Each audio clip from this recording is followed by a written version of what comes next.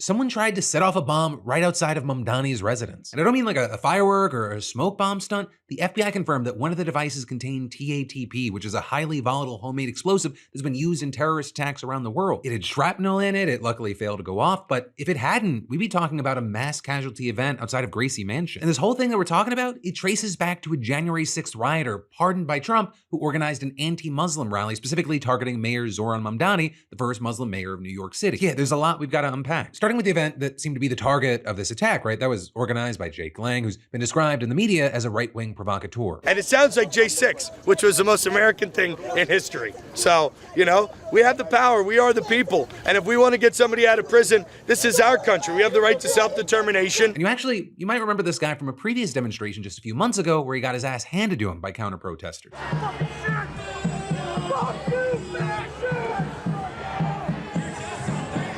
Then we fast forward to this last Saturday where you had Lang organizing what he called an Americans Against Islamification demonstration outside of Gracie Mansion, which of course is the mayor's official residence. We're going to make sure that America knows this is a white Christian country, and we're going to keep it that way. God bless America. We're going to make sure Mamdani knows that he's not welcome in New York City. And the promo material for this thing, it was, let's call it flagrant, right? Imagery that a lot of people recognize as dog whistles, calling back to the Klan, aimed directly at Mamdani, who Lang described as the #1 Muslim worldwide. With Lang showing up with about 20 followers and counter-protesters grew to over 100. And so as both sides are facing off, things start escalating. Right, one of Lang's followers sprayed mace at a group of counter-protesters, fistfights broke out, and then 2 smoking objects were thrown into the crowd. You had 18-year-old Amir Balak and 19-year-old Ibrahim Nik, who's also been named in reports as Ibrahim Kayumi, charged for the attack as well. Both were arrested Saturday, and luckily and thankfully, there were no injuries reported. Now with this on Sunday, you had officials roping off an area a few blocks from Gracie Mansion where they found a car belonging to one of the suspects. One source told the New York Times that they didn't recover additional devices from the car, but another source says that there were materials to make another one inside. And it was reported today that there was in fact another device in the car, but it didn't contain explosive materials. They were improvised explosive devices that could have caused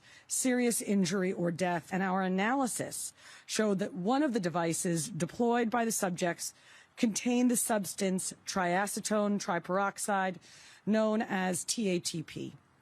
Now, TATP is a dangerous and highly volatile homemade explosive that has been used in IED attacks around the world. And with this, you have the FBI, NYPD, Joint Terrorism Task Force leading the investigation, along with federal prosecutors from the Southern District of New York. I can confirm this morning that this is being investigated as an act of ISIS-inspired terrorism. With reports saying that at least one of the suspects expressed sympathy for ISIS content that he'd seen online, and that the attack was at least partially motivated by the kind of hatred that Lang's been directing at the Muslim community. With many now pointing to clips like this. There are 53 Muslim majority countries, and in all of them, it is tyranny, destruction, it is shithole living. We have to call it what it is. You guys don't live like we do. We don't want you in our country.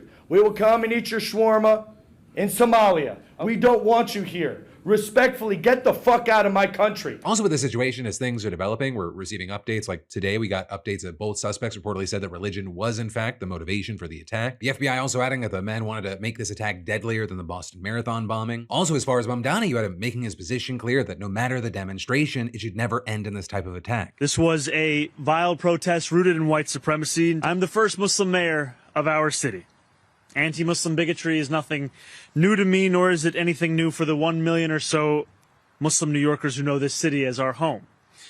While I found this protest appalling, I will not waver in my belief that it should be allowed to happen. And today you had Mamdani adding that this was a heinous act of terrorism, and regarding the 2 suspects, that they should be held fully accountable for their actions. You know, one of the things that you have people saying that's going to make this even more frustrating and concerning is that the bombing is going to make Mamdani's job harder to do. His approval ratings at an all-time high. He's organizing programs like the citywide shoveling program that dug New York out of some genuinely dangerous winter storms this year. And in addition to a number of things, he's somehow managed to keep the president relatively cooperative on things like affordable housing. You know, that's also not to say that everyone loves the guy. Over 60% of New York Republicans are still not on board. But the city so far seems to be getting some real results outside of this insanity. On one side, you have what are often right-wingers convinced that there's some black or brown boogeyman coming to destroy their way of life. And then on the other side, you have various cultures feeling ostracized and cornered, which is leading to more concerning reports of people deciding to take things into their own hands and going to extreme measures to, in their eyes, fight back. But make no mistake, if someone was killed here, that's just murder. And all of these flames, they're constantly being fanned by an administration who has continued to skew facts and fearmonger as a war that they're also not calling a war continues.